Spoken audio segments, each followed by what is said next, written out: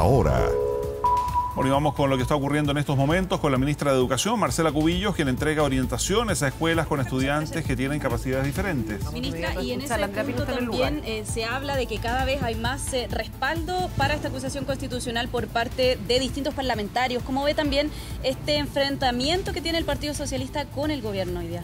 Vuelvo a decir, hace 4 meses fue la primera vez que anunciaron esta acusación, que no tiene ningún fundamento jurídico. Y básicamente me quieren acusar por hacer mi pega o por hacer mi trabajo. Muy buenas tardes, ministra. Preguntarle también por la situación que están viviendo los liceos que han estado perdiendo clases.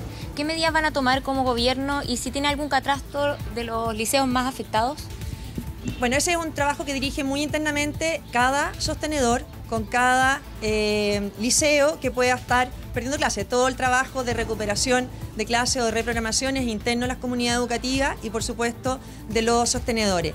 A nosotros nos interesa, y lo hemos hecho desde el comienzo, no solamente con los hechos de violencia, sino también cuando estuvieron paralizadas las clases, es que las clases se recuperen, que los niños y los jóvenes no se atrasen en su aprendizaje y, por supuesto, también de seguir velando y impulsando que cada sostenedor y que cada equipo directivo tome las medidas para erradicar la violencia de los colegios. Ministra, ¿qué tal? Buenas tardes. Preguntarle por una denuncia que hace el Móvil respecto de una estudiante de sexto básico del Colegio San Lázaro de la Salle, que finalmente por bullying homofóbico y ante nula respuesta del establecimiento es recomendado por el psicólogo de ser retirado del establecimiento. ¿Qué le parece? ¿Qué pueden hacer los apoderados ante estos casos? No conozco los antecedentes.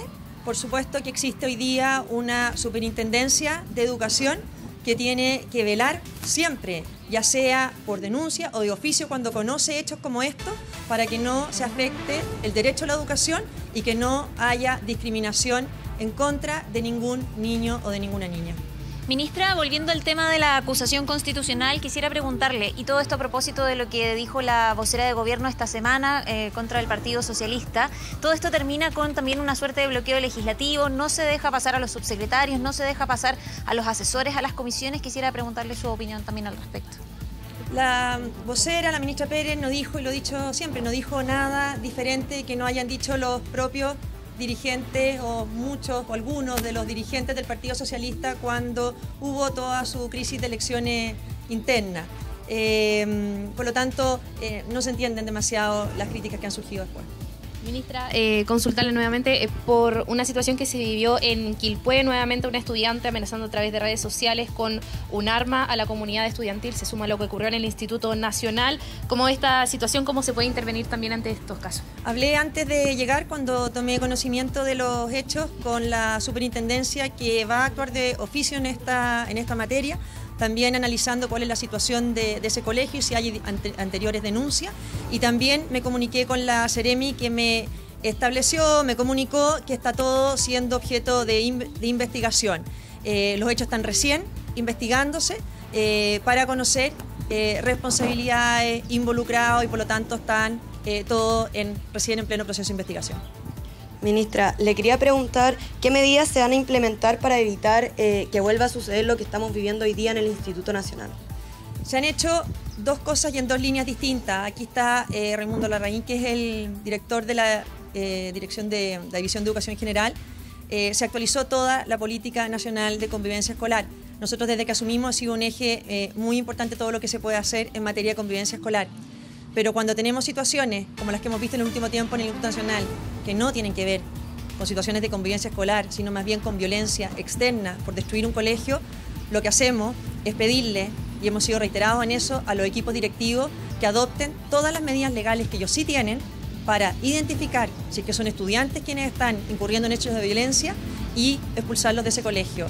Queremos que al Instituto Nacional entren cada día los estudiantes que quieren estudiar y no los estudiantes que quieren hacer violencia al interior. Ministra, buenas tardes. Una última pregunta sobre la acusación. En la acusación se le atribuye una omisión en caso de denuncias de supuestas anomalías en el gobierno anterior, y usted hace unas 3 horas respondió en Twitter que esas denuncias se hayan hecho en tiempo y en forma.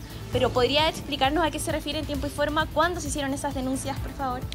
Cuando nosotros asumimos con autoridades designadas a fines del 2017 por la expresidenta Bachelet y la exministra del Piano, que eran quienes tenían que dirigir la primera etapa de implementación de la nueva educación pública.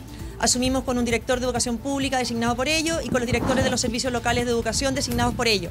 Ellos duraban un año en su cargo antes de poder hacer los concursos para reemplazar esas autoridades. Cuando dejaron sus cargos, algunos en noviembre y otros creo que en octubre, apenas dejaron sus cargos, el día 3 de diciembre yo ordené hacer una auditoría interna para conocer el estado en el que se entregaban los 4 servicios locales y la Dirección de Educación Pública. Cada una de esas auditorías fue siendo entregada en distintos tiempos a nosotros. Y nosotros tenemos la obligación legal, cuando conocemos auditorías que pueden haber hecho que revisten los caracteres de delito, de poner los antecedentes en conocimiento del Consejo de Defensa del Estado y del Ministerio Público. Y lo hicimos con cada una.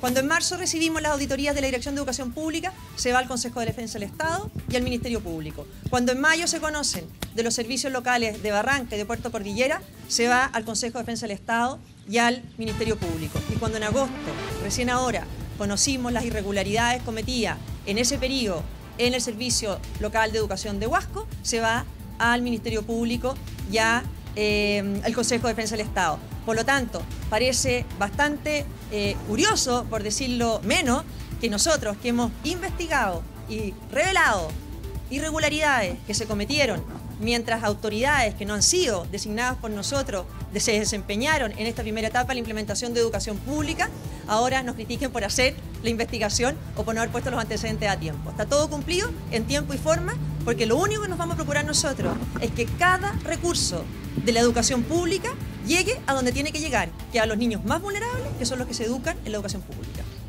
Muchas gracias a todos. Bien, ahí escuchábamos a la ministra de Educación referirse a varios temas. En primer lugar, el motivo de la pauta, que tiene que ver con el anuncio de orientaciones especiales para escuelas que tienen estudiantes con discapacidades múltiples o sordoceguera, pero además respondiendo a los temas de la contingencia, particularmente a la acusación constitucional. Me están acusando por hacer mi trabajo. Fue parte de la respuesta de la ministra respecto de este tema, que también se refirió a los últimos hechos de violencia en el Instituto Nacional y a lo que conocíamos más temprano que ocurrió en Quilpué. Mauricio, Carolina. Muy bien, muchísimas gracias.